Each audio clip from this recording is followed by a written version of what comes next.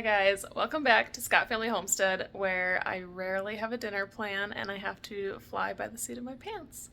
So today, it's about 3 o'clock and I didn't take anything out of the freezer, so what I'm going to do, I'm going to use my Ninja Foodi Instapot and we're going to cook up some ham hocks. My plan is to probably use these for potato soup tonight. It's kind of chilly today and my kids love soup. They're not a big fan of beans, otherwise I'd probably throw this in with some beans. But we're going to go ahead and just cook up the hocks first, and then I'll add them to something this evening. The very first thing I'm going to do is saute some onion. I have been freezing my butter in a baby food container, and it makes these little 2 tablespoon butters, which are perfect for sauteing things. And look at that color. Isn't that wild? So I'm going to go ahead, I'm going to switch this over to the saute setting and take care of this onion. Probably going to add a little bit of garlic powder and some thyme just to give it a little bit extra flavor. Then I will put the ham hocks in here with about 1 quart of chicken broth.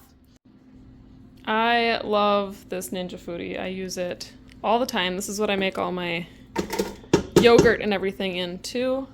It has all of these different options and settings. It also has a pressure cooker top that goes on it. Otherwise it has the air fryer lid. So very, very useful tool if you're making a lot of your meals at home.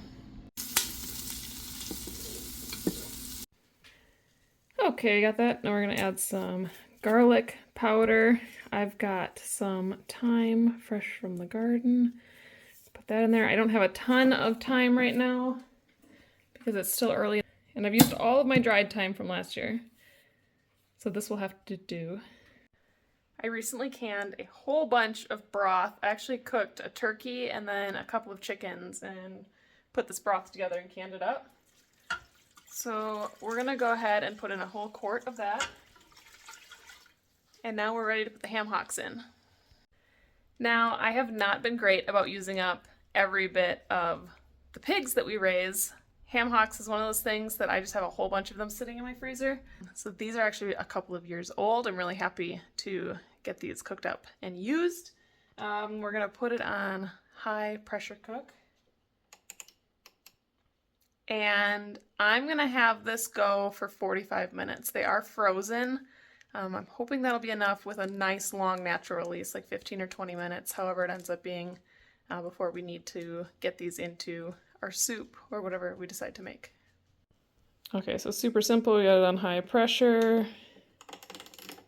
Put the time way up. All right, we're gonna put our pressure lid on like this. Put it on seal.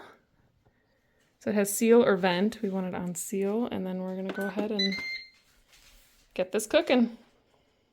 If I'm gonna release this myself, I do not do it under my cabinets because the steam will get to it. But if I'm doing a natural release and it's mostly going to release on its own without a whole lot of steam, then I can do it under my cupboards. But you definitely don't want to steam your wood cupboards like this. Ideally, you would do it on an island or somewhere without the upper cabinets. Okay, I'm gonna release this now and let's see how it turned out. We went about 24 minutes on the natural release, and so I'm just letting out the little bit that's left. And then we'll open this up.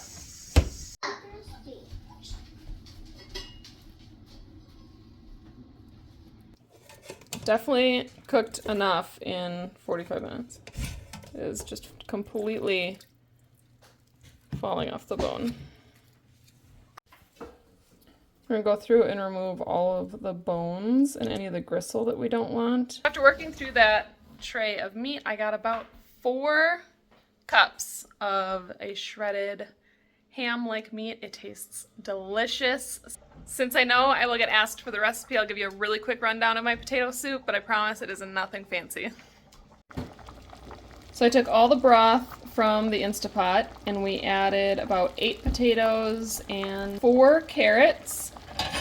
Over on this side I've got a couple tablespoons of butter. I'm going to add in about 1/4 cup of flour And then I've got 3 cups of milk, and we're gonna get this mixed up and get this nice and thickened, and we'll add it to our soup along with the pork.